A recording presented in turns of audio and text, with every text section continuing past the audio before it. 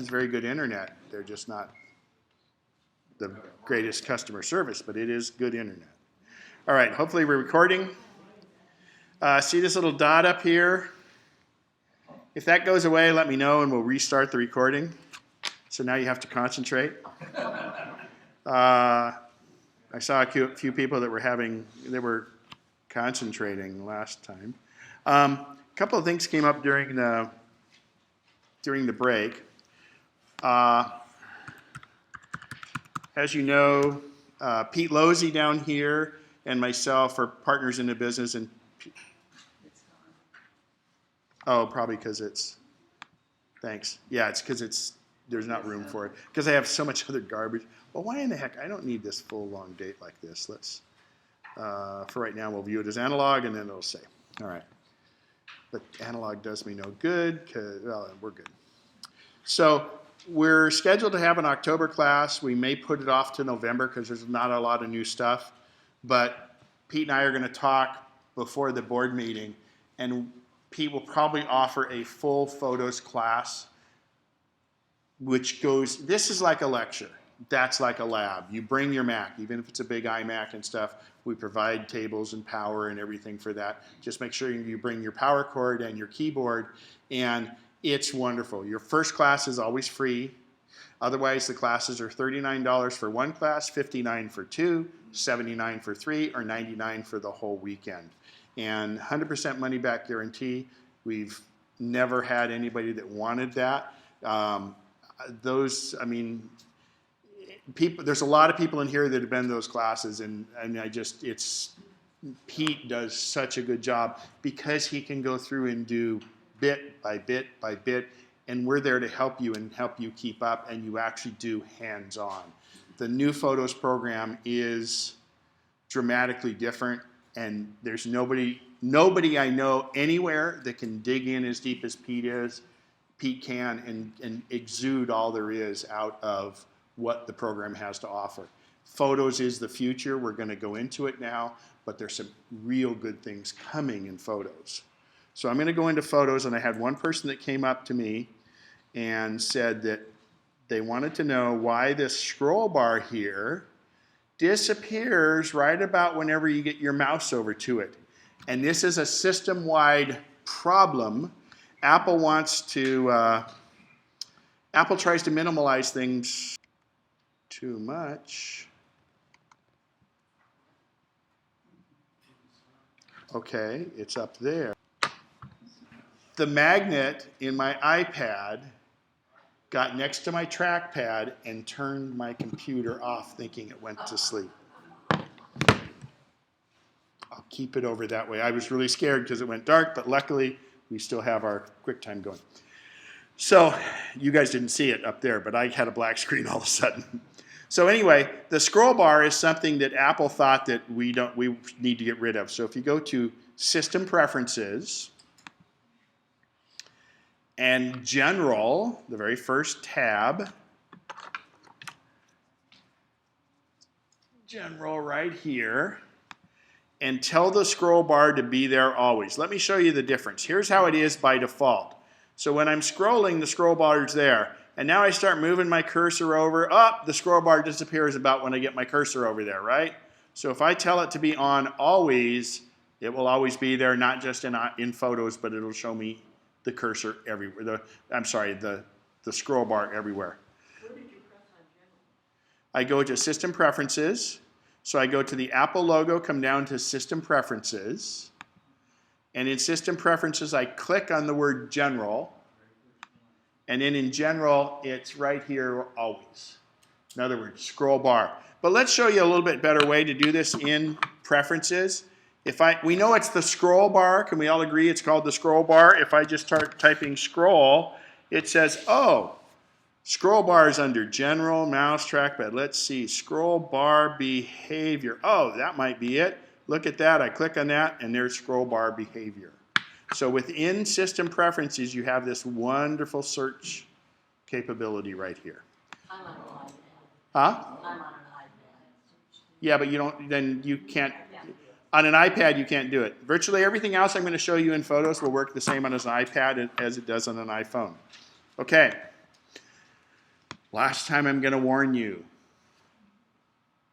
Email me, talk to me, find out how big your photos library is before you decide to activate iCloud Photo Library. I have a pretty good size photo library. I was prepared to pay that extra money. iCloud Photo Library does not work because my library is so large.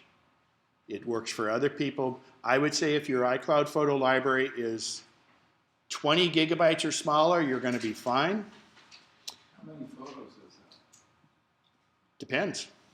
Depends on your camera, depends on if you shoot RAW. You can always go to, well here, let's see how big our photos library is. So if I click all photos here and click Command I for get info, this is my small library. This is 29 gigabytes, it's only 7,000 photos. I have 50,000 photos in my other library. It was 171 gigabytes. Okay? So, if it's 50 gigabytes or larger, maybe not. What I did is I made a small pared down library of my, not my best of, but ones I could gather quickly so I can demonstrate iCloud Photo Library. But I'm going to show you first in Photos Preferences, right here. I want to click iCloud, and you have iCloud Photo Library. Do not just willy-nilly turn this on. Okay? You have to think about it a lot. Now I have it set not to optimize. I don't have the full-size originals downloaded here because my full-size originals go to my big iMac with a 3 terabyte drive in it. But you can have it either way. You can have multiple libraries, but only one can be your system library, which can go to the iCloud. Now while we're doing this, I'm going to show you on my phone. If I go to Settings on my phone, Settings, and then scroll down to about the 13th item is iCloud, and then I tap Photos, and I don't have it on my phone. But here's where you would turn it on. Okay? My photo stream is where if you take a photo on your device, it sends it to your free cloud space. You don't even pay for it. It's not part of your 5 gigabytes. And then it automatically downloads for here. It works in concert with iCloud Photo Library. If you have iCloud Photo Library on and everything, you don't need to have it on. Okay, so getting back to the Mac, you also have the ability here. If I go to System Preferences in the Mac, and I go to iCloud,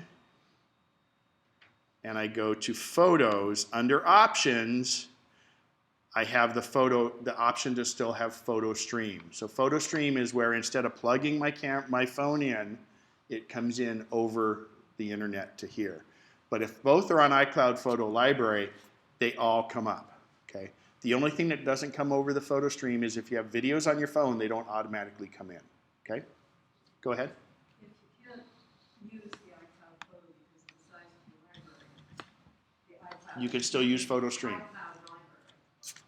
You can still use Photo Stream. You can access everything in Photo Stream. And remember then, your phone is an island. Your Mac is an island. Your Mac will receive the photos your phone takes via iPhoto Stream, except for the videos. The best bet is when you have a lot of photos, just plug your phone in. It automatically brings all your pictures in and your videos, and it won't bring them in if it already brings them on Photo Stream. It won't duplicate. So let's get into the nitty-gritty of photos. And I'm going to... So first off, this is a very foreign look to what we're used to with iPhoto. Remember we had a sidebar on iPhoto, and that's the thing that throws people off the most? So we want to affect our view of photos. So surprisingly enough, we'll go up to View, up in the menu bar, and come down and say Show Sidebar, and look at the transformation. Looks like it used to. Okay, this is the biggest aha moment for most people. Now they feel more comfortable with photos because it looks more like iPhoto. The reason that they do this way is this looks more like what we have on our iPad. These are what would be at the bottom of your iPhone and your iPad. But again, if you're used to iPhoto, boom, there you've got your folders, your albums, everything you want on the side. Okay? So, if I click on all my photos, it looks like a chocolate mess. But what it does is it's gone in and it's automatically found photos by what year they were taken. And the really cool thing is I can click and hold and drag over it, and it shows me a little bit. There's Crater Lake, things like that. I can just kind of see through here. And it tells me that in no, I just accidentally hit that. That was my 40th class reunion. So if I click back, click back, click back, I'm back into years. It shows me in 2014, I must have been boring. I only have shots from California and Oregon. But I actually have more shots than that because in 2014, I took a lot of photos with my big Canon, which doesn't have a GPS on it, and I haven't assigned places to it. So my iPhone-only photos are California and Oregon. Well, I got a little bit more creative, and I went to Nevada also, it looks like, in 2015. So, but again, your iPhone automatically geotags your photo. So I don't want to spend a lot of time in this whole organizational thing. I want to get in, we're going to do some editing of photos, because that's the place that people are stymied the most with. And then we're going to go ahead and we'll try back out and cover as much of this as we can. Go ahead. Can you really quick show how you take a specific photo and put it in a specific album? After we do the editing. Okay. So, well, actually, it's pretty easy. So I can just take this photo right here, and I can just. You need the sidebar to do it. I have the sidebar. I mean, I'm trying to put it in shared is the problem. If I put it down here, oh, come on. Let's see.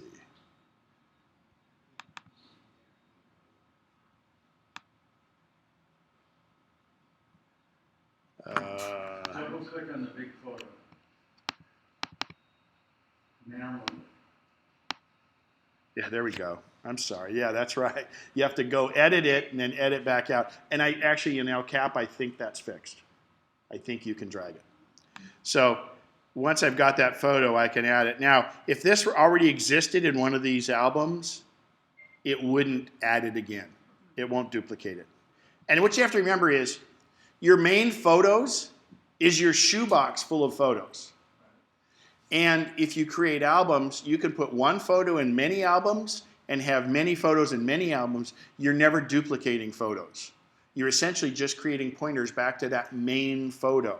So if I delete a photo from, let's actually add this one to Woodbridge, let's say. I don't know what Woodbridge is.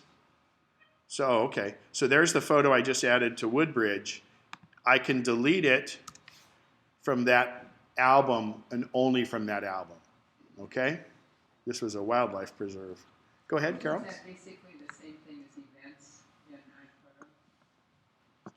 That was iPhoto. This is photos. No, it's not the same as events. And events went away. We will never, ever speak of events again. Never, ever. I hated events back then. I hated events now. But actually, here's what's interesting. I don't have it in this because I didn't migrate this library in. But on the left-hand side, oh, here we go. You do have something called iPhoto events. Those of you that thought you were missing your events, they're here. They're just another way of looking at your photos. But get over events. That's so last year. Events, though, see again, events was just another way of looking at your photos by when they were taken. A lot of you people spend a lot of time curating your events. Pete encouraged that. I never did. Events are no longer. You can use your events to make albums, and albums are what you want. Go ahead. If you delete an album, will it still keep the photos in your shoebox? Yeah, so good question. If I delete a photo from the album, it keeps it. Okay. If I delete the album, yes, those photos are still there. Okay. Now, this is the only thing. Now, this is where it cuts into problems where people always want to say, I got duplicate photos everywhere and I want to delete them. Well, you might have 3 shots of the same shots of the Golden Gate Bridge. You've triplicated it. Well, it might be in one of the shots, shot A, which is the same shot, might be in album 6 and in album 8. And in album 12, you have the B version of it. Okay. And so the problem is, if you start deleting them, if you delete the duplicates or triplicates from the shoebox, if it's attached to an album, it's going to yank it out of that album. So again, you can pull it out of the album without effect to the shoebox, but if you pull it out of the shoebox, it affects whatever album it's in. So It's gone. generally speaking, don't kill yourself trying to delete duplicates. Yes, everybody asks, is there a great way to eliminate duplicates? No, there's some programs out there and stuff, but the whole idea is that it could create further problems, and that's why Apple doesn't put it, because people will say, well, that no longer is in my Mexico Cruise album. What happened to it? So the best thing is it tries to catch you before you bring duplicates in, and that's the nice thing, okay? And again, if you already have something in an album, it won't let you bring it into the album, and it will not duplicate it in an album because the album is simply a pointer to the original photo in the shoebox. Okay, let's go in and edit. Let's do this one. So it's a pretty blurry shot. Sorry, I just picked one here. This one any better? No, we'll go back. All right, so I want to get into the editing tools and then we'll get more. Oh, by the way, if I edit something in the album, it edits everywhere. And no matter what I do to a photo, I can always go back to the original. So you can edit with impunity. You don't have to worry. You can do whatever you want. So this photo, I want to go and I'm going to go up here to the upper right-hand corner and hit edit. Now this is where the screen varies greatly from what we used to have. But it's really cool. So I can hit the enhance, the magic wand. We had enhance before. Enhance is a broad stroke that says, let's go ahead and just enhance it. You can see where it lit it up a little bit darker. Enhance kind of made it a little bit, because again, this is very underexposed. I can go in, and that's enhance is just something you can try. I can hit done or revert to original. I'm going to go back to original. Actually, I'm going to do enhance, and then we'll show you something in a minute. Next is rotate. Well, no, I didn't need to rotate it. But in crop, it's crop and straighten. We used to have a special straighten tab. Now what it does is we go over here, and in straighten, you can see my horizon is a little bit off. So I just grab this and rotate it till the horizon is correct. Now you'll notice around the perimeter, it kind of crops the picture because I've straightened the picture and the original picture wasn't. So I have that extra area. So again, you can straighten whatever you want if you want to get artsy with it, etc. Go ahead with your question. Yes, can you keep it at the same like size? Yeah, we're going to do that in cropping for a second. So this is straighten first. They're both under the same selector. Okay. Our one selector is crop, and our one the selector is crop. This is the straighten command. So now if we want to crop this, it's called aspect ratio. So if I click on aspect down here in the lower right, I can say freeform, which means I can move this, you know, I could make it be like this, which probably is not what I want. I'll use our good old favorite key called undo, Command Z, and I'll get back to where I was. But if I click aspect, for instance, if you're going to post on the social media sites, they usually like square photos. So I could say, let's make this photo square. You can see that it makes a square aspect ratio. I could do 16:9. I could do original, which kind of gives me the 16:10 or whatever. What is it, 4:3 on most cameras, I think? So that's like a 4:3. So what happens here now is, as I move this down, it obviously keeps it in the same aspect ratio. Okay, if you know you're going to make a 5:7 print out of this, let's say, well, it doesn't matter. I can make a 5:7 print out of just this. It's still a 5:7 print, okay? So I'll Command Z that. So, and flip, oh, actually, let's Command Z again. There we go. Flip is just one of those where you want the person on the other side. Be careful when you flip, because what happens is if they have a shirt that says Empower Mac, it'll now say regular. So, Auto is automatically straighten and crop. A lot of times you can depend on that. It'll look for horizon lines and do it itself. And then the last one is reset. That means get it back to where it was. So again, we've covered enhance. We've covered rotate. You won't have to use that very often because most of our devices sense whether it's rotated or not. Crop. The next one is filters. We're going to spend exactly 30 seconds on filters because they don't really do. There's something that not a lot of people like. I can make it monotone. I can do tonal. You can do a lot of different things. These are filters. Think of a filter as if I'm taking, well, actually not taking a picture. In this case, I'm looking at a picture through a yellowish lens or a fade lens. I'm just putting a plastic filter over it. Well, that filter is easily removable, okay? If you make the mistake on your iPhone and you have the filter button on and you put a blue filter on it or a black and white filter, don't worry. That filter can be taken off when you go into here. It senses it's a filter. It's still taking the photo the way it should be taking. It's just putting a plastic cover over it, which you can peel off. Go ahead. And the duplicate, would it be wise to like duplicate first, if say if you want one without the filter and one with the filter? It would never be wise to, but there are instances where you could, but here's the deal. I can mess this photo up. I can crop the heck out of this photo. And let's say, oh yeah, that's what I want to see, right? No matter what I can do to any photo, I can always revert to original. So there's no need. Always reserve, always. Always. I've never The lady in here seen that doubted that the Mac couldn't get a virus should know that it can go always.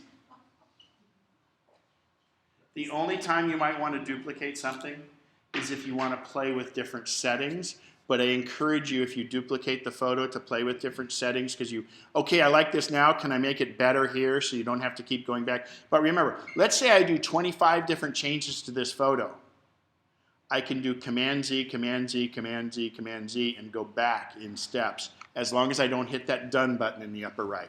Yeah. But if I hit the done button in the upper right, I can go back to original. I just can't do it in steps. Okay, how do you do it? How do you revert back after you hit the done button? Let's try. Go into edit. Yeah, you hit done. And actually, if I'm on the image here,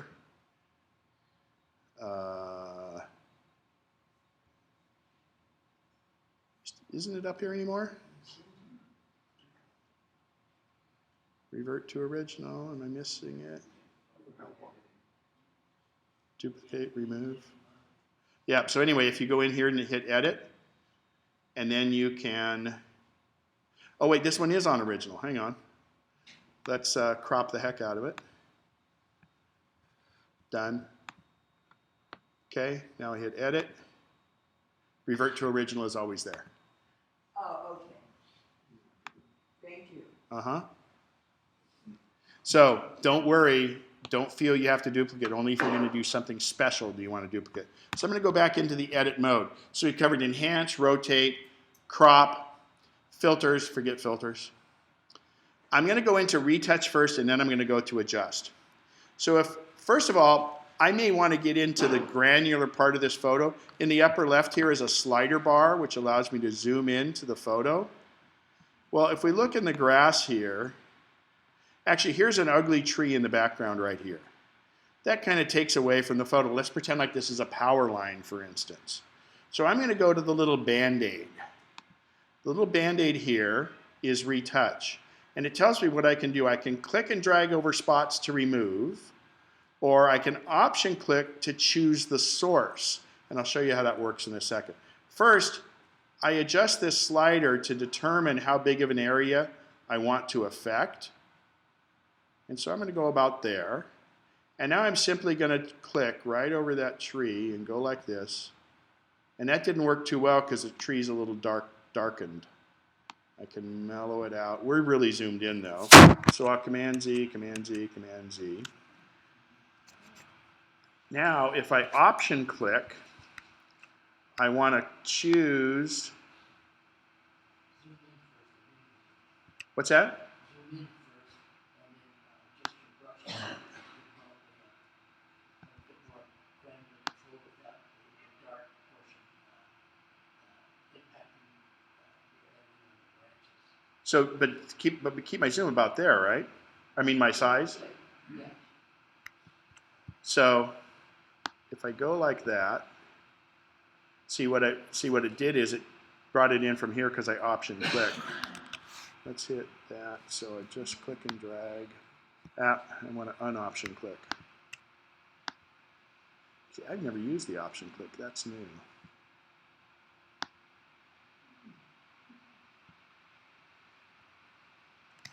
So when we zoom out, these are big color differences. For instance, let's take care of this one bird. That bird's gone. Okay? It's better than hunting. How do you zoom? Zoom is this slider right up here, Where? upper left. Oh, up there, okay. Making anybody sick? It's like those VR glasses earlier, right? So the other thing is I might want to remove, a lot of times when I take sunset photos, there'll be street lights in the foreground, and I can just get rid of them. You can get rid of dimples and things on people, little flaws, like this little right there. All right, so this isn't a great photo to begin with, but what I want to do here is I want to go into the one we skipped, and it's called adjust. Now this is where you can have the most fun. When you get yours, it's not going to have histogram. It's not going to have, yeah, it'll have these. Light, color, and black and white. So it's normally shut like this. So this is how you see it. So what happens is, you'll notice on this screen right under light, I have a slider bar. And I can go and make it brighter. See how it brings out some of the other colors, or I can go darker. Okay? And then when I do it, I just say undo, Command Z to get it back to scratch. I can adjust the color saturation, giving it more color or less color. You can get really artistic.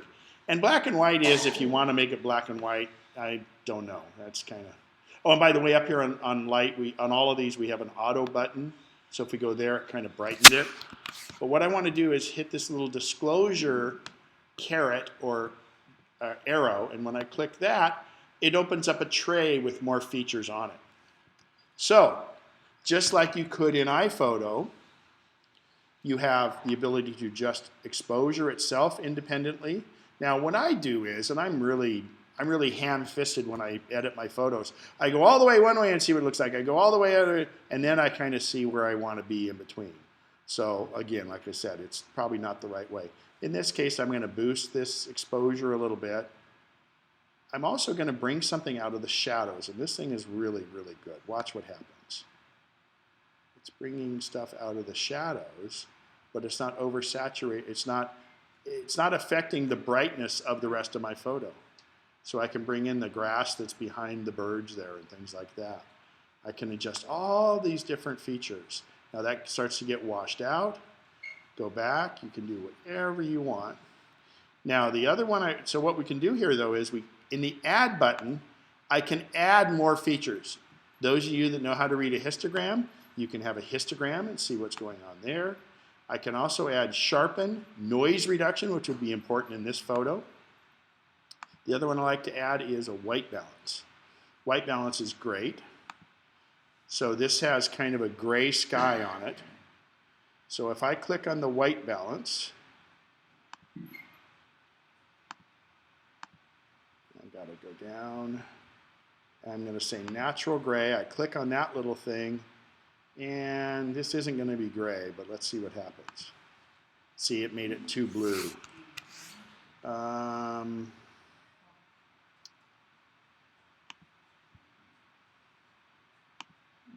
See, that gave it a more true color to what it really is, because it was kind of a sunset with some amber tones and things. And what I like to do is, I also go down in here and go into color, expose color, and so I can give it this oversaturated look. I can bring in more and more color. Now, this is a terrible photo I'm starting with, but I just wanted to show you what can be done. So you have tremendous control over your editing. And if we totally blow the editing, guess what? Can always go back to original. But now I've done a ton of editing there. So I'm going to go back through my steps by hitting Command Z. And if you see up here it says undo saturation, I'll hit Command Z, Command Z, Command Z. See, it goes through every single step we've made along the way to wherever I want. Believe it or not, changes are still happening. That's about it. And then I can still revert to original or hit done. Question? Just scratching? I have a question. Go ahead. If you put done, and you still go back to the original? You can always go back. Okay. I don't know. Can we? The only thing you can't do is the step by step. When you hit done, you no longer can undo. If you've done 12 steps, well, that's the bad thing for this. I call this our 12-step program for Macs. So if you've gone 13 steps, you can undo through all 13 steps. What happens is when you hit done, it now says, okay, I can't undo beyond this point. But if any editing you do, I mean, that's in Pages, that's everywhere else. You can always undo up until the last save. But you can always revert to original. Always. When can you revert to original? Did you get pictures of the eclipse? I'm not going to answer that. No, it was actually it was a bit cloudy where I was, and I was in Monterey. There was a big Porsche event I went down for, and I came back, and I was like rushing to get home and everything, and then coming up I-5, there's all these clouds, and I'm going, oh, it's not going to be. So I slowed down and everything, and then I went to Sierra College Boulevard up where I live, and it was there, but there were tons of there was a haze that made it not good. So I said, you know what? There's going to be some good ones on the internet. And I'll say that I did one of them. So, but no, I didn't. So, anybody get some good shots of the eclipse? Yeah, it's kind of weird. But it was really bizarre because I was coming up I-5. There were a lot of clouds to the south going towards the Sierras and everything. And then finally, when you get about this, just above Lodi, you started to see there were some clear spaces for it. But there was still stuff going up near the ship. Actually, that brings up a point. I have to show you guys this thing here. So I want to show you on the phone. And I'll just use the phone because I have the iPad also. But if I go to Photos in my phone, and I'll go, what was this? Parking lot. Okay, here's a good example. Here was a hockey game I was at the other night. Oh, unfortunately, I don't think, oh, I do get edit. So if you'll notice on the bottom here, let's see if it'll do it this way. There, sorry to confuse you. So you'll notice I have the rotate button on here. I'm sorry, the straighten and the crop button. I can do whatever I want. I have the filters, but we don't care about those. I have this little thing that actually looks like a clock, that looks like a light, which is, oh, look at this. I have light, color, and black and white. So if I tap my light button, I can bring stuff out of the shadows. See, you see more of the people in the crowd there. Hopefully that's showing. Then I'll hit done. And then I'll go back to edit. There's revert. Guess what? I can always revert. You can on the phone or an iPad. Can you get to Instagram and all that kind of stuff? Or? I don't think you can get to histogram, can you, Al? I don't think so. No. So you're a little more limited, and I think on the iPad, and I think they're going to be bringing that in more and more. But again, if you use iCloud Photo Library, not saying you should, many of you could. If I adjust this photo here, it's going to adjust it everywhere. Okay? Just like if I delete it here, it's going to delete it everywhere. But any adjustments hold true throughout. So if I go back into color, I have. It also brings up in phone and iPad, when you go to edit, it says duplicate. It always gives you the option to duplicate and edit. So it duplicates that original and then edits the second. But it does. But again, you should. We all have too many duplicates in our photo library, and so only under special cases do you want to duplicate, because it will. And again, like, okay, the perfect example is, and Pete gives this all the time. He'll be dating one girl, and he'll break up with her. So he crops her out of that photo. And then they get back together. So he reverts to original. And you can do it more than once. Not saying he does, but you can do it more than once. Mine's that way with animals more than anything. So anyway, I can go into saturation, and I can adjust the saturation, anything from very dark to very oversaturated. Then I have here at the bottom, this is really interesting. I have the ability to go from photos and use other apps I've downloaded that interact with my photos. How did you do that? Okay, so I'll go back to the screen. You'll notice here, I have an ellipse right here. Yeah. When I tick ellipsis, excuse me. Okay. When I tap that, I come up. Camera Plus is a good one I have there. If I hit more, these are ones I can turn on or turn off that are designed to interact with photos. Okay. Now, the beauty here is, in El Capitan, Photos on the Mac will do the same thing. And what's really cool is the developers can start developing apps that you'll be able to do so many things on Photos for the Mac that you really just can't imagine. And that's just starting to come into play right now, because that started with El Capitan. And just like iCloud Photo Library, I am not encouraging anyone nor advising anyone to go to El Capitan yet. If you have, good luck. I always wait. If it's a mission critical machine, wait till it's 10.11.1. I have it on, I've been using El Capitan, the public beta, for quite a while. It's very solid, but I have it on a second partition on my hard drive. If I had installed it last night and something broken, I couldn't present to you today. It's highly unlikely it will break anything, but when it's broken, it's broken. Okay? There's some reports of a lot of people having trouble with Microsoft Office. Of course, even when it works, you have trouble with Microsoft Office. So anyway, question back there? I was just curious what Sketch was. Sketch is it's a markup kind of drawing type app. So it doesn't mean I'm sketchy or sketchy. But there's going to be more and more of those, and there's plenty more there. So anyway, again, you can save it and do whatever you want, or I can hit cancel, and I can say discard all those changes. And then remember, you can always revert. Okay? So that's on the iPhone.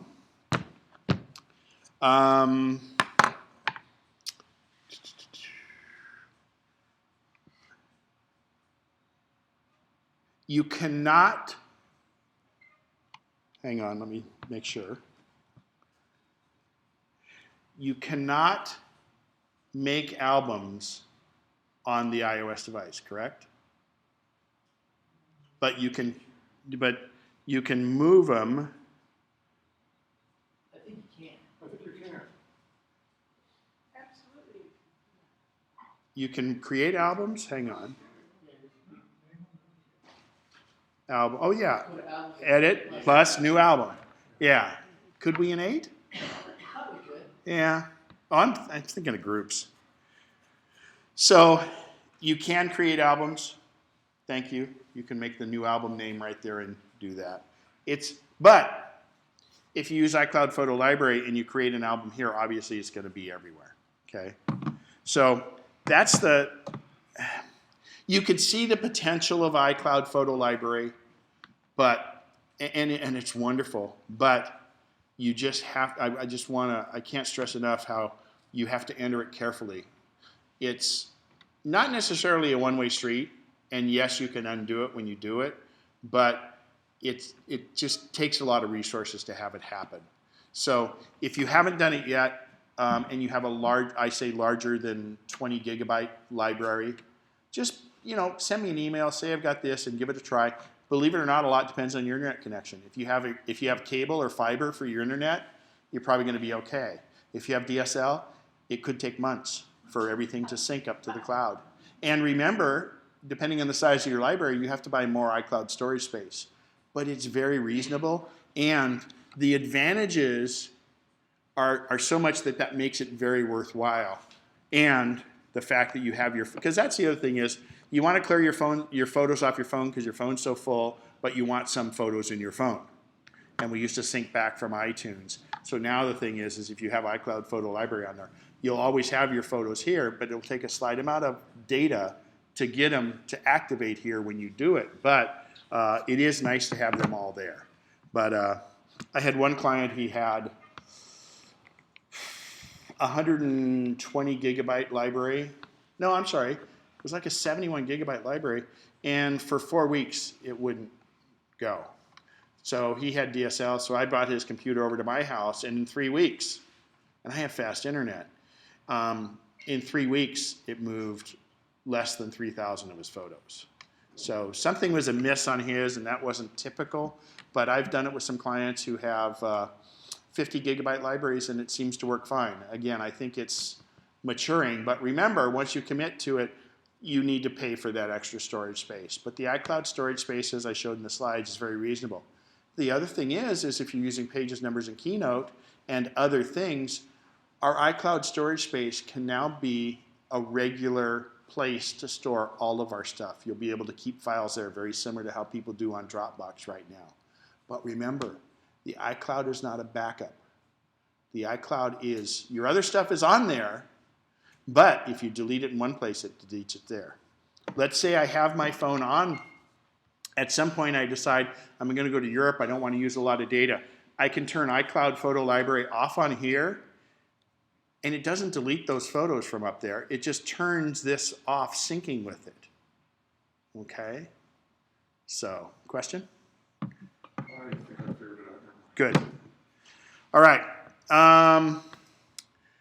Other photo. Okay, so the other thing I want to point out is, let's say, so how many here are on social media like Facebook, Instagram, Flickr?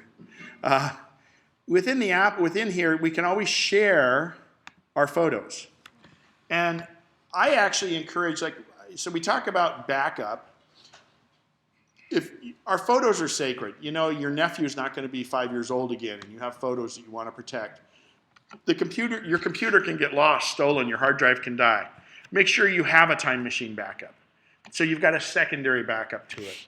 But it's very important you have a backup to your backup. And that should be off-site. I encourage a lot of people to get a second time machine backup and keep it more than 10 blocks from your house. Because music, we can get our music again. We can recreate documents, but you can't recreate the trip to Mozambique or the nephew who did a great thing on his birthday party at 5 years old. That's never going to happen again. You can't go in and say, hey, can you recreate this for me? Because they're 12 now.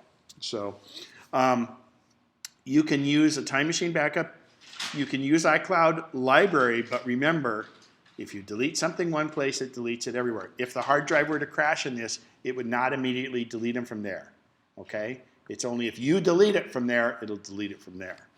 But I like Flickr. I use Flickr. I take all my better photos. You can take all your photos. Flickr, F-L-I-C-K-R, is a Yahoo company. If you have a Yahoo account, it's the only time I ever encourage you to use Yahoo, would be for Flickr. Please don't use Yahoo Mail. It's the worst in the world. And don't worry, you can sign up for this without having to use their mail. Flickr account will give you 1 terabyte of free storage. Now, if you do the free one, there may be some ads when people look at your photos or stuff, but unlike the rest of Yahoo, the ads are not pervasive at all. I pay like $40 for 2 years or something because I started with a pro account and I like having the pro account and not. But I get unlimited storage, but good luck ever if you get more than a terabyte of photos. I mean, the big photographer guys don't do that. So I don't send all my photos up there, but it's very easy to. But I send the photos that are special, that I first of all want to share with people, but second of all, if I want them backed up on there. And it's really simple. You just select any of the photos you want. let's go back into, I could say I could send all these photos right to Flickr. So let's talk about some of these other options. iCloud photo sharing. This is where you take your photos. Now, if these are full-size photos, these were taken in my Canon, so they're pretty good size photos. They're too big to email, really. In fact, let's hit email. Let's do email before I talk about iCloud sharing. If I hit email, it's going to format these photos. Okay, and fire up. Now, if I decide to send these as full size, it's 36 megabytes. You should never email more than 5, but you can email up to 10 megabytes. So you can probably send 20 megabytes, but the person on the other end can maybe only receive 10, and if that happens, it just ends up not going anywhere. So I could make these smaller, and then they'll see them, and that's, you know, all those photos pretty small. And I can also send it. I can share it and do iCloud photo sharing. And what that means is it will upload those photos to your cloud space and provide a link that you email to someone else as long as they're on a Mac. And then they can download them from there. Okay? But you don't have to be putting all the photos In the photo sharing, don't. cloud is not. This should not be for a backup of your photos. This is if, let's say you you go on a cruise and you want everybody in your family to see your photos. The other nice thing is if they have a Mac, you can all collaborate on that library. Other people can upload photos to that library, and then everybody can share them. And you can keep them private.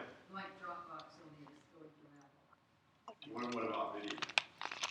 Yeah. But remember, video can take up a decent amount of room. And only to Mac. So, and I kind Yeah. of related question, taking a video and sending it as a text to, works for an iPhone, but tried to do it to a friend who has an Android device, and it's virtually unwatchable on the Yeah, because it keeps it small, and the other thing is you're almost better off sharing that file with a Dropbox or even putting in your iCloud Drive. iCloud Drive will soon allow us to share it from there like Dropbox. But yeah, videos are big. I mean, okay, so the new iPhone. So the old iPhone can do, well, old iPhones used to do video in standard definition. Then they went to high def, 1080i. Now they can do 4K. So the videos are now 16 times larger than they used to be. So, I mean, it's a lot of data. So keep them quick, but you never really email, but your way of sharing by text, a lot of it depends on what the carrier will let pass also. So. Can you put videos on Flickr? Yeah, but it's limited, and you may have to have the Pro for that.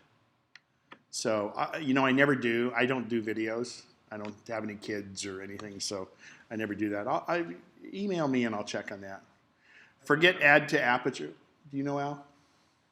I think it does. Videos on Flickr. I think it does, but I think it's limited. And it limits whether you're on Pro or on free. View something like 2 minutes of video or something. Yeah, I think it's something. They can watch the whole thing if it's 10 minutes long. Yeah. And by the way, YouTube will allow you to upload a 15-minute video. So, and then like I have a YouTube account, like all of these, I put these classes on YouTube, and mine are 2 hours, each video's hour and a half. And once you've established yourself that you're not doing copyright violations and things like that, YouTube will enhance your account for free, enhance your account so you can do longer videos. And I was really happy when that happened on one. I got a takedown notice one time because I was teaching a Google class, and I had a video of Google on how Google Voice worked, and it said, "Oh, you violated copyright. Please take this video down." And so I had to strip that out of the class video, and then it was okay because they don't want to get served with a takedown notice. So somehow they were sensing that it was done. So if you do a video and it's got commercial music in it, they'll strip it out. So on YouTube. Aperture is no more, and then again, we're going to have more apps, more different things we can reach in to do. I mean, Aperture is still there, but I don't recommend. Oh, by the way, and you can post right to Facebook from here too.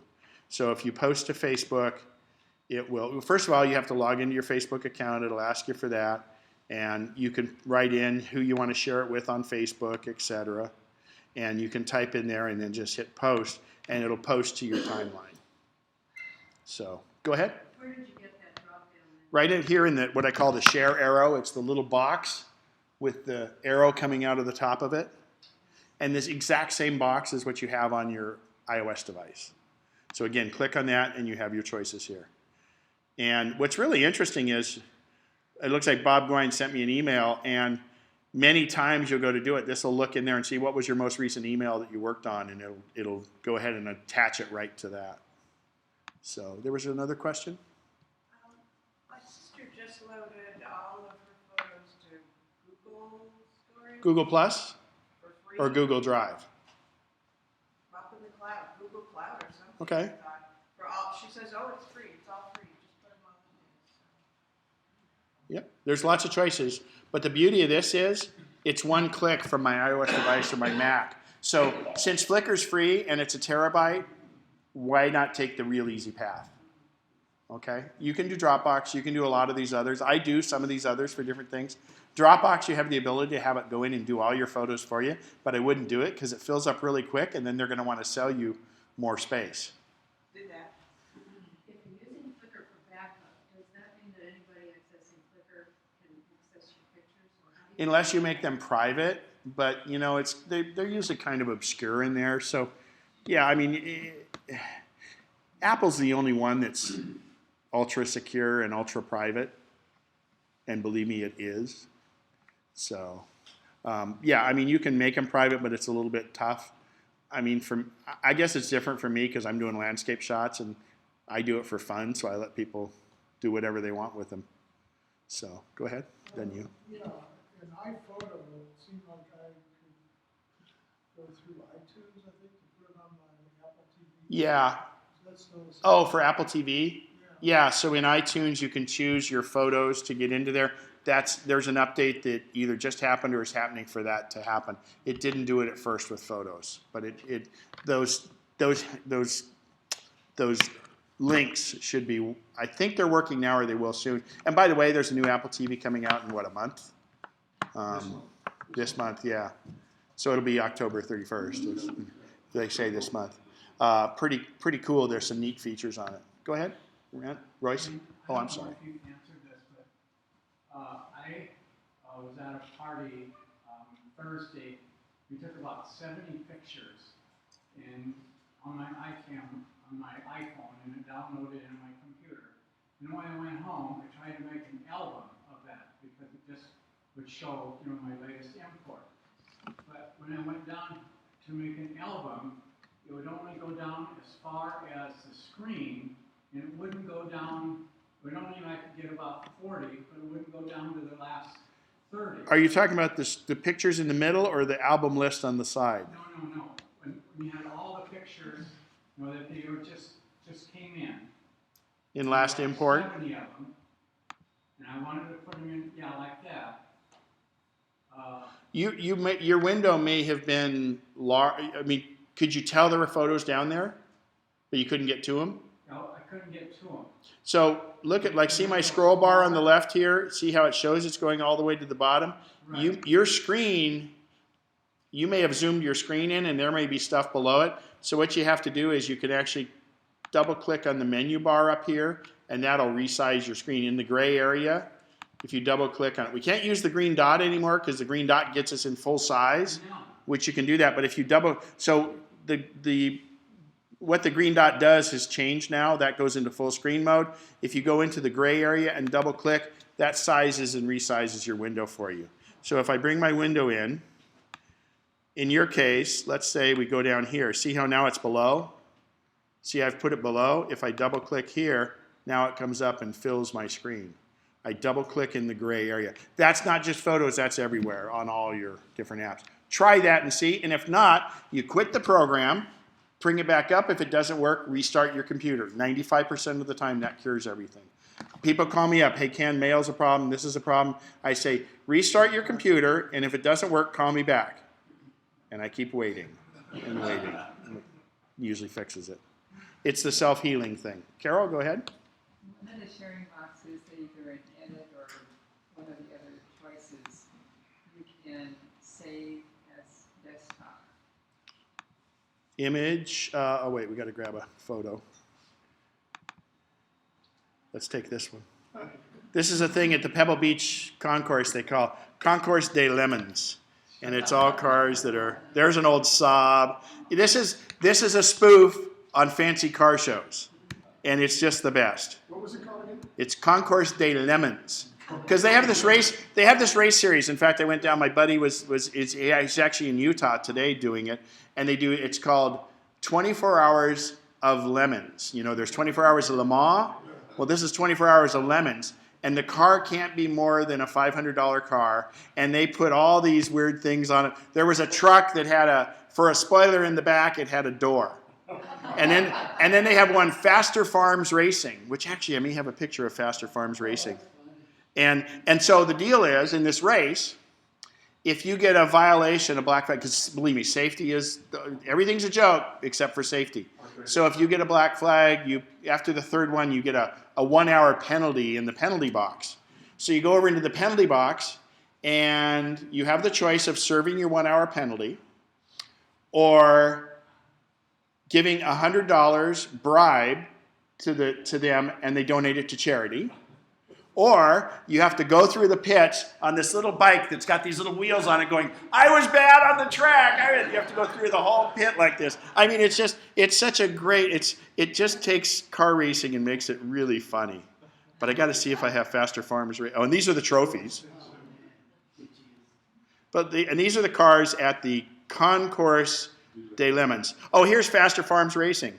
This number 43 right here. And they've got a dead chicken hanging on the spoiler right here. Oh, and the license plate says Big Pile, okay? So anyway, it's a hoot. And this is free entry. It's always at Monterey Car Week, and it's some of the most fun. Anyway, so Carol, your question was about edit. Sorry, sidetracked. The sharing box allows you to save it as a desktop picture. Right, set desktop picture. What that does is it makes it wallpaper on your computer. Can you ever have more than one, like in the past, and rotate every? So what you can do in your desktop settings is, but you don't do it from here. You go into System Preferences and go into, she wanted to make her different wallpaper, so you go into Desktop and Screensaver, and on your desktop you would choose, you can make one of your photos libraries, and you can go down here and choose that and then tell it to rotate through that. That's the same. Only difference is it used to do it with iPhoto libraries. Now you can do it with Photos libraries. And if you still have iPhoto installed, you can still do iPhoto. So, okay. Yeah, Big Pile, Faster Farms Racing. I mean, now there's a nice one. But.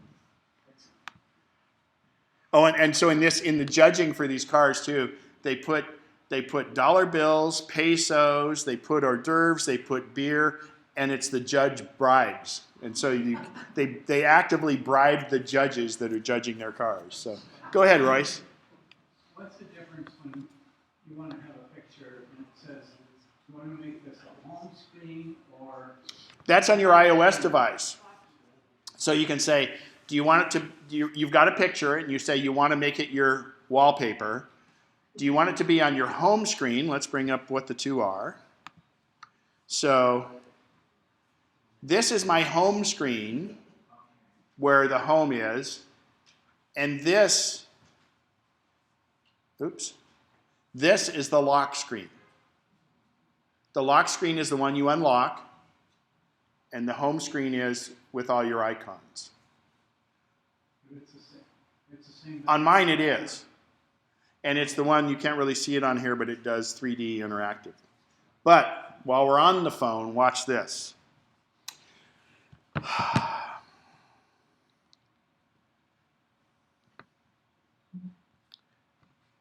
find my pictures of Monterey.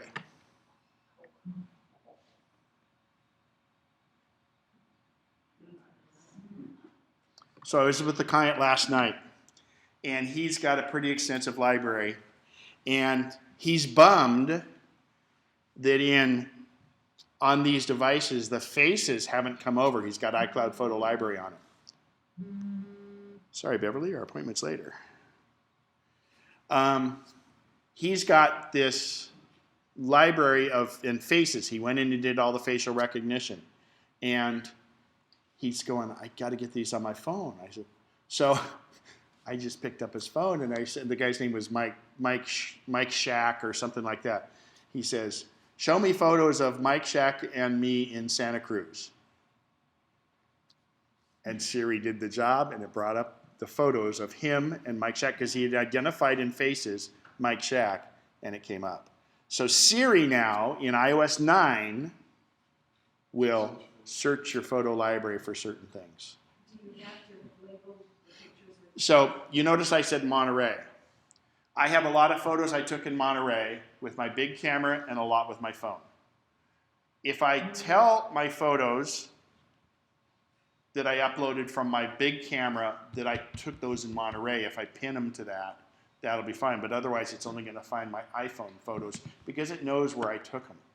But it'll only do that by place, not by some person It can do it by, if you identify somebody in faces, in faces. yep, if you have them on your Mac and you do faces, it'll find them. I was playing with that earlier, but I didn't use faces very much. And since this phone doesn't have iCloud Photo Library on, it wouldn't work for me. But in fact, he had faces on his Mac, and he specifically said photos of him and this other guy in Santa Cruz, and it brought up 2 photos. Because he was saying, I need to be able to go into faces, and I spend all this time doing faces and all this, and I turned to him, and I just said, and I spoke it for him, and it came up, and it was like, aha. I mean, that was a Siri moment that's incredible. Now, what you have to remember is, Siri, Apple is so very concerned about your privacy and your security that all that happens within the phone. It's not going outside the phone for any of that information. There are no faces in photos, right? Yeah? Oh, there is. Any faces you had came over, and you can continue to do faces in here. Can you pin a location on an album? Like you do individual photos? Yeah, what you want to do if you want to do an album, you need to select the whole album. Uh-huh. And once you've selected it, then you can choose like you did, just like you do an individual one. And here's a tip is when I go out and I take photos with my big camera, I will also always take a photo with my iPhone so that I can timestamp and location stamp it. So let's say you're on a cruise and you're going to 3 Baltic cities. They all look the same, right? So you can then you can say, this one was in this one, and you can tie them all together. But you really want to make sure the clocks are in sync too. Yeah. Like in Monument Valley, I've gone there, and I couldn't imagine, so the photos are an hour off. Well, I was in, Monument Valley's in Utah, but it's right across the Arizona border. My phone still thought I was in Arizona because the cell towers I was pinging off of were in Arizona. So, Royce, and then over here, hang on. Maybe you've gone through this, but I've been reading in the paper about the problems with the new iOS 9 that Apple's had, that people have lost their Okay, all you have to do, contact. so you only hear about the problems. It's been almost worry-free. I never encourage anyone to do an upgrade on any mission-critical device right away. Now, do I follow that rule? Not always, but I did. I updated my iPad before I did my phone. My phone's mission-critical. But I also always plug my phone into here and back it up in iTunes so I have a complete backup of my phone. Now, once you go to 9, you really can't go back to 8. But 9.0, so here's a perfect example. We just had 9.0.2 just dropped, and I was having issues, so I installed it last night. It's wonderful. My mute switch would not work It hasn't worked since sometime in 8, and I thought it was a physical problem in the phone. I turn it on, my phone still rings, so I'd always have to turn my volume all the way down or I get interrupted. Well, now, 9.0.2, I'm up on I work with the Lincoln Hills Mug where I live now too. They have a big Mac user group up there. And the incoming president there had a problem where even since recently, her headphone does not start and stop her music. So I said, well, try the new update. She tried the new update. It fixed that mechanical link somehow. So updates come up, do the updates as soon as they come out. iOS 9.1 has been very, very solid. There's always going to be a few problems, but you know what? Many times it's pilot error. And a good carpenter should not blame his hammer. And NVIDIA really jumps on that. So. Exactly. When you're the biggest, you got a target on your back, You had a question? You lost me on the faces. Does Siri have the ability to use facial recognition from one photo? No. If you have told photos, if you've gone into Faces and say this is Mike Schramm or something like that, then you'll be able to search for photos of Mike Schramm, whatever. So you have to delineate it in Faces and it uses facial recognition on your photos to help you with faces, but it's not going to assign a name. No, I mean, that's scary because that would also reach out. So actually, before I go into a few more questions, I have to mention too, thank you.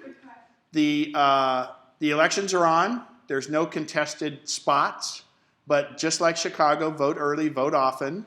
And you probably got an email from Bob. It's really simple to do the election. You simply click on that link. It's specifically made for you.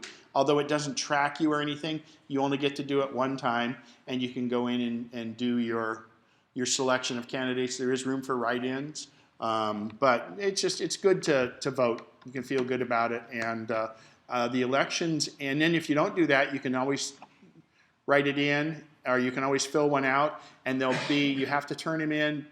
I think it's the beginning. Is Rob Bress here? Oh, I think he took off.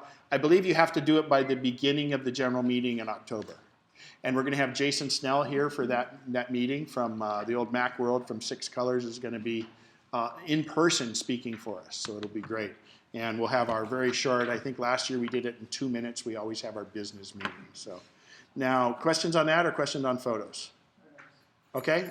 Is that okay with everybody? Okay, photos. Let's go. Let's finish up on photos. I did a buying for an album, I guess it was, to a smart album, and I was looking for something, but then I couldn't delete that album. That may be an album that you had linked through iTunes to your old iPhoto. That's the only way you couldn't delete an album, I would think. So you have to check into that.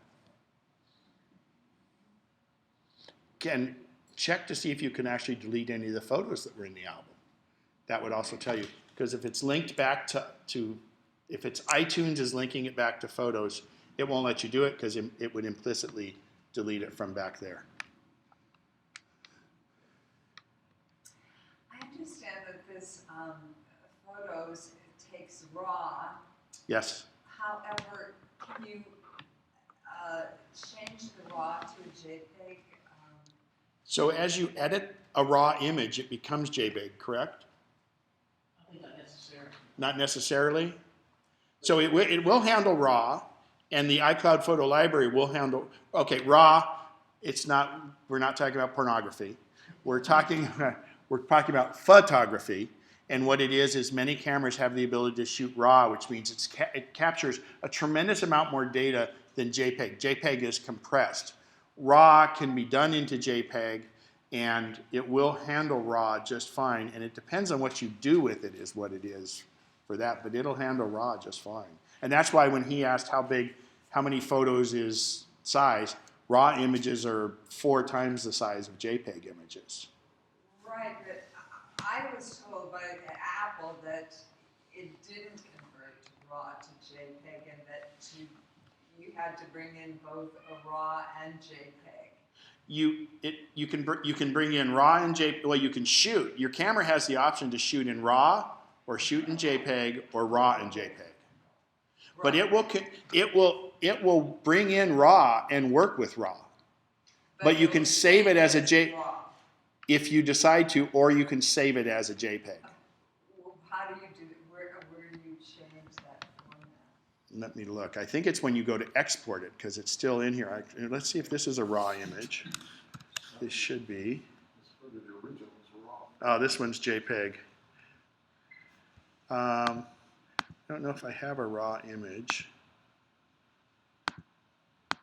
It just seems like it's going to take. Oh, this was taken with my SX50. Well, I belong to a Renaissance photography class, and I mean, RAW doesn't really go on to the site where we share our, photographs. So if Right.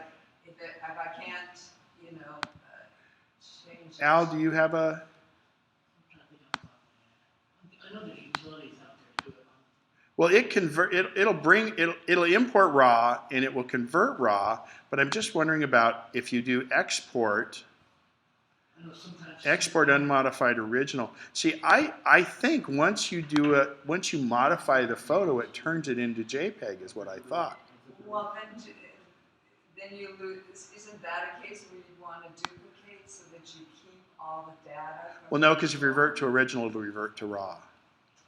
Okay, but then you lose. You know what? The Let me. JPEG, the editing that you did on. Right, but not if you export the JPEG. If you export the JPEG, you've saved it somewhere else. I'm going to have to check it out, and actually Pete is a better answer. And Pete's new thing is he says it's almost a waste of time to work in RAW because JPEG is so good these days, and the cameras have so much. They have so much going on. You know what I'm thinking is the reason these aren't RAW is because I shoot in HDR, and it automatically shoots JPEG. My RAW camera shoots JPEG when I'm doing HDR. I'll have to look into that for you. Send me an email. All right, well, I'm going to send you an email. Yeah, that's fine. Royce? I was going to say, when you export it, it does give you choices whether you want to export it into TIFF or JPEG or something else. Right, but RAW. So if it's a RAW file, when you go to export, you have that option. You know what? Maybe. Now, if you want to send it to friends, is it best to send it in JPEG or in TIFF?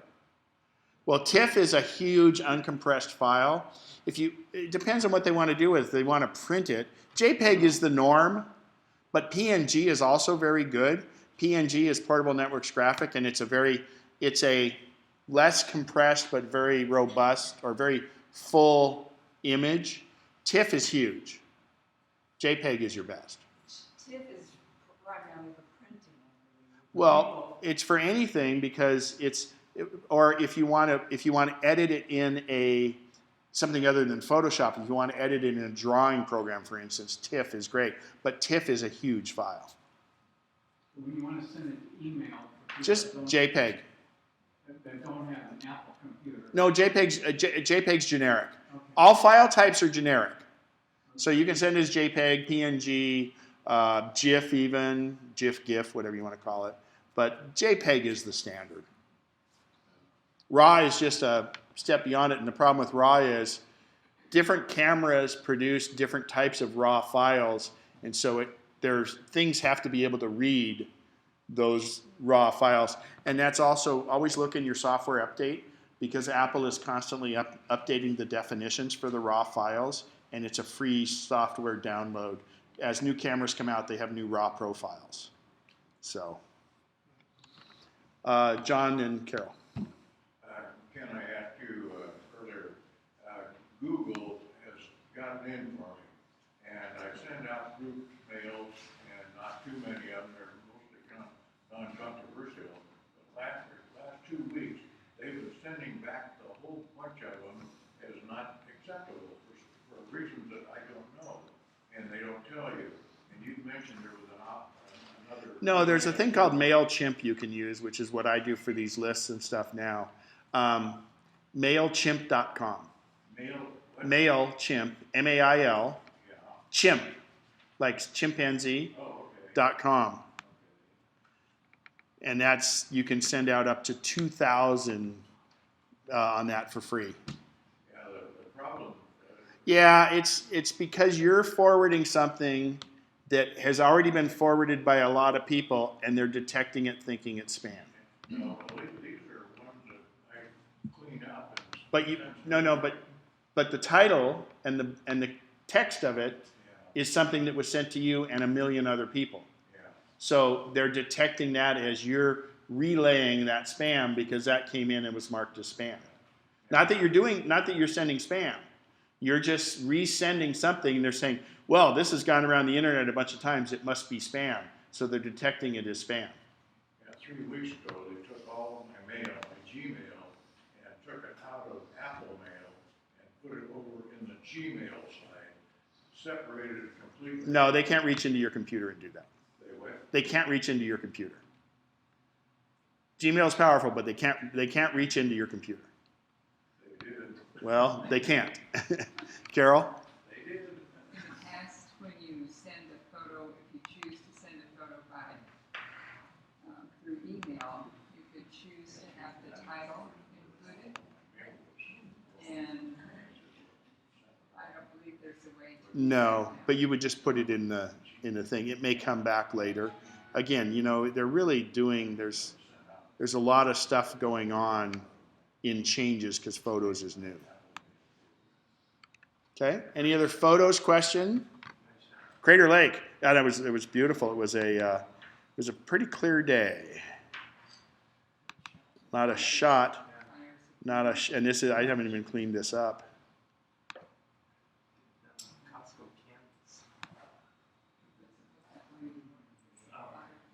What's that? When you talk to someone at a roadside stop. It's low. The fires. Oh, the fires got it. Oh. Yes, Royce? When you do pan, you start out and there's a little box on the side. Panorama? Okay, here, let's look at that. Okay. When you pan with your camera. Hang on, let me pull it up. Hopefully it'll let me.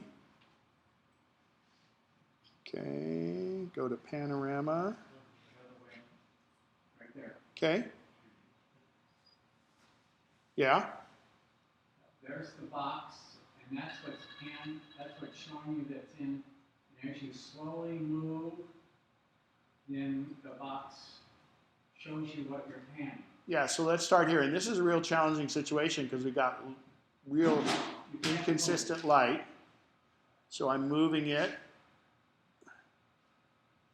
I want to keep the arrow centered.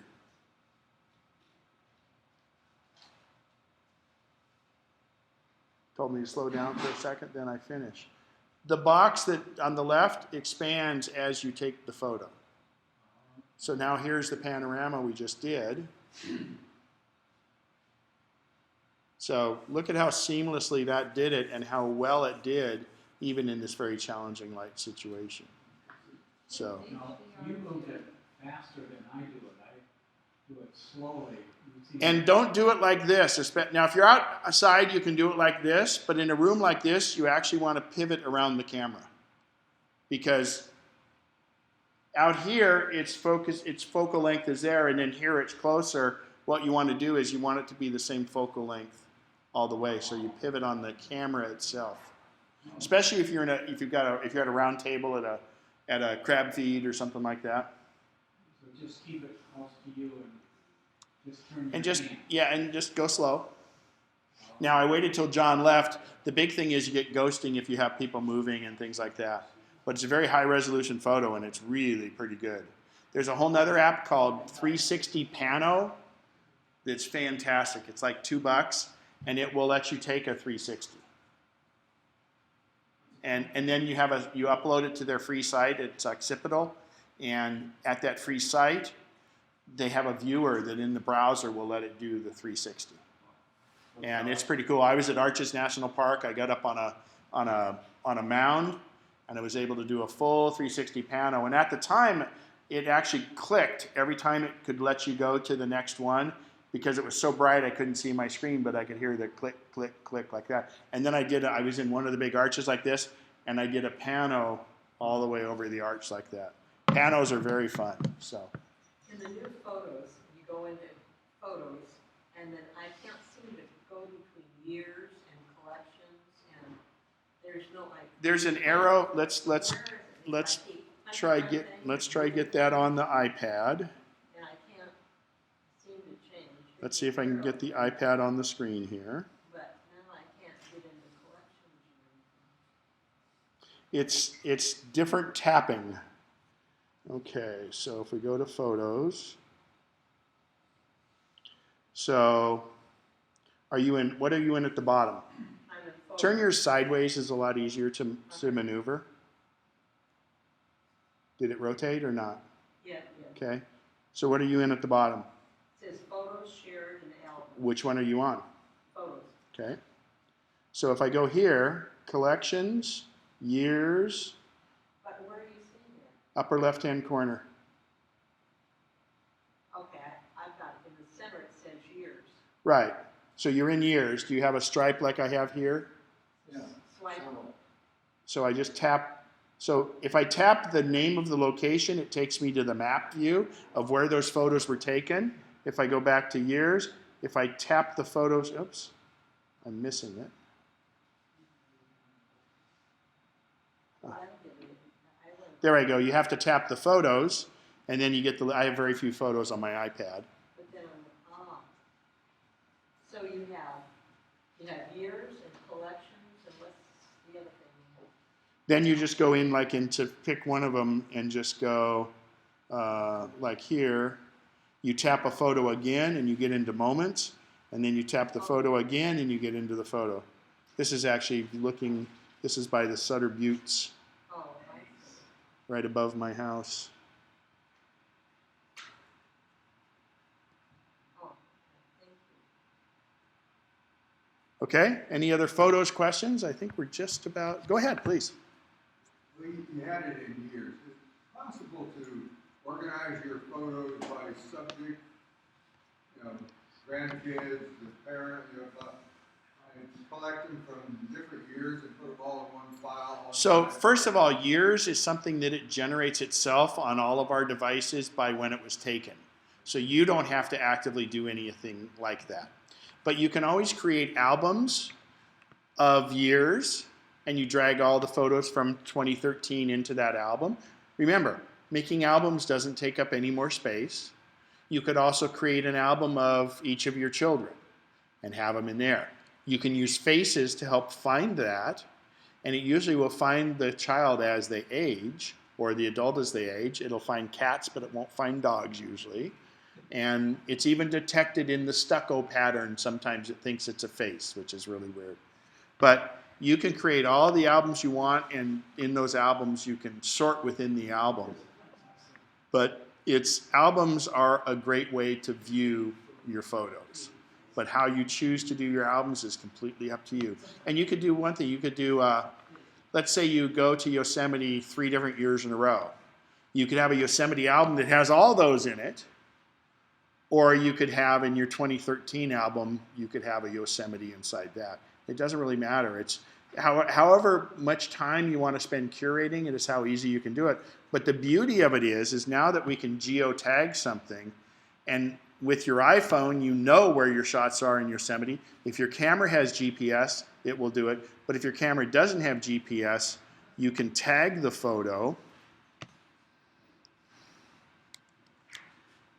See, this one's got it. Let me find I need to find a photo taken not with my iPhone. Gosh, why were these all with my iPhone? But these weren't. Oh, I tagged them as Crater Lake. Yeah, so what I did is I tagged. So if you hit Command-I when you're on the photo, you can say where did it come from.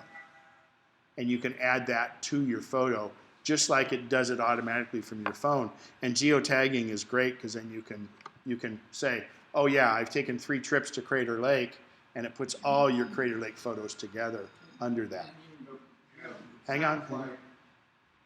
The answer is use albums instead of files to collect.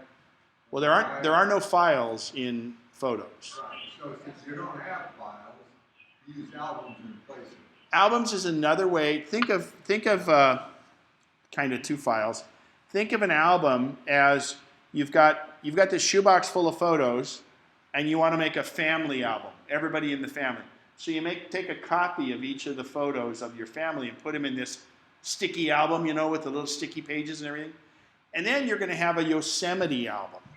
But that's going to include some of the people in your family usually. So you go into your photo box and you grab copies of all the Yosemite things, including those of your family, and you put them in this album. So you can make as many of those albums as you want, and you're using copies of the photo each time. But remember, it's not really making a duplicate or a copy of the photo. It's not taking up any additional room at all. You do this on your iPad without any interchange with your desktop? Depends. If you have iCloud Photo Library on, they will completely interact. If you don't have iCloud Photo Library on, if you're just using the photo stream to get them up there, any changes you make here will not be reflected here. Once you sync, any changes you make here can be reflected here. But it really gets into a whole mishmash of whether you're iCloud Photo Library or not iCloud Photo Library. Going forward, you're going to want to use iCloud Photo Library because it will completely interact. Okay? But predominantly you do it on your Mac. But the beauty is with iCloud Photo Library, I have this laptop, which I'll travel with this. I'll upload my photos to here. And the worst thing was, if I worked on my photos here and I don't have iCloud Photo Library, when I get home, those same photos will come over here, but nothing will have changed. They're just going to be the photos off the card. With iCloud Photo Library, when I get home, everything I've done to those photos on my trip, whether it be on my iPad or on my computer, will now manifest themselves inside my iMac. And that's why you do want to go to iCloud Photo Library, but please, with all the warnings I gave you. Okay? Like, as I told you, I just have an iMac, I don't have any mobiles, so I don't really need iCloud. Exactly. You're an island, and that's fine.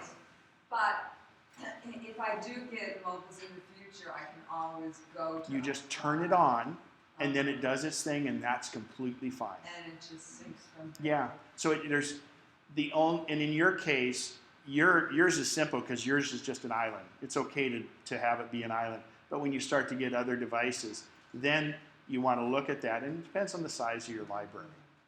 And since you're new to the Mac, I encourage you to also do you have a Costco card? Do you go to Costco? They have backup hard drives. Go buy one, plug it in, and it will automatically turn on Time Machine. Oh, I have a Time Machine. You already have going? Yeah. Fantastic. Because that's the most, especially with photos. Can you geotag photos? On your phone, they're automatically geotagged. Yeah, but can you say, I want all of this location in this album? So like for instance, you might want, when you're on a, Let's say everything from Carter Lake. yeah, you can highlight a whole album or a whole group of pictures and say make the geotag this. You can override the geotag, but the GPS geotag is what's going to be the default. But you can change it. Like let's say you're on a cruise and you had 3 hours at sea. You don't want that geotag to show up. You want to show whatever your last port of call was. You can combine those and make all of those be a certain one. Yeah. So like for instance, when I said, show me all my photos, this was interesting. So you don't have to go through each one. Just Find all my photos from Monterey.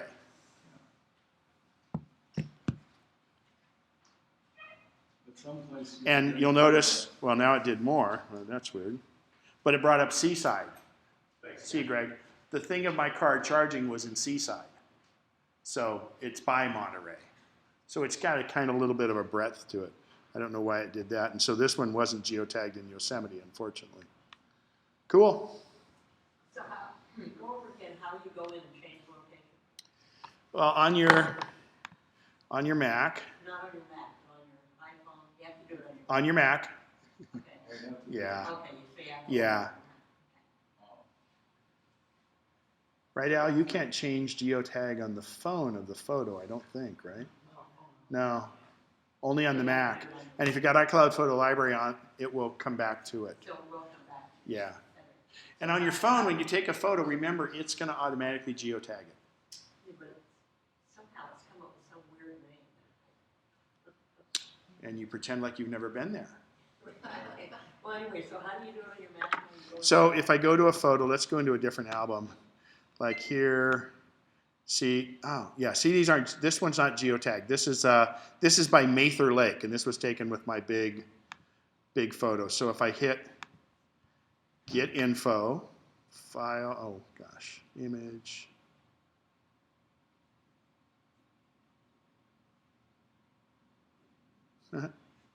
Command I, where is it? Oh, there it is, get info.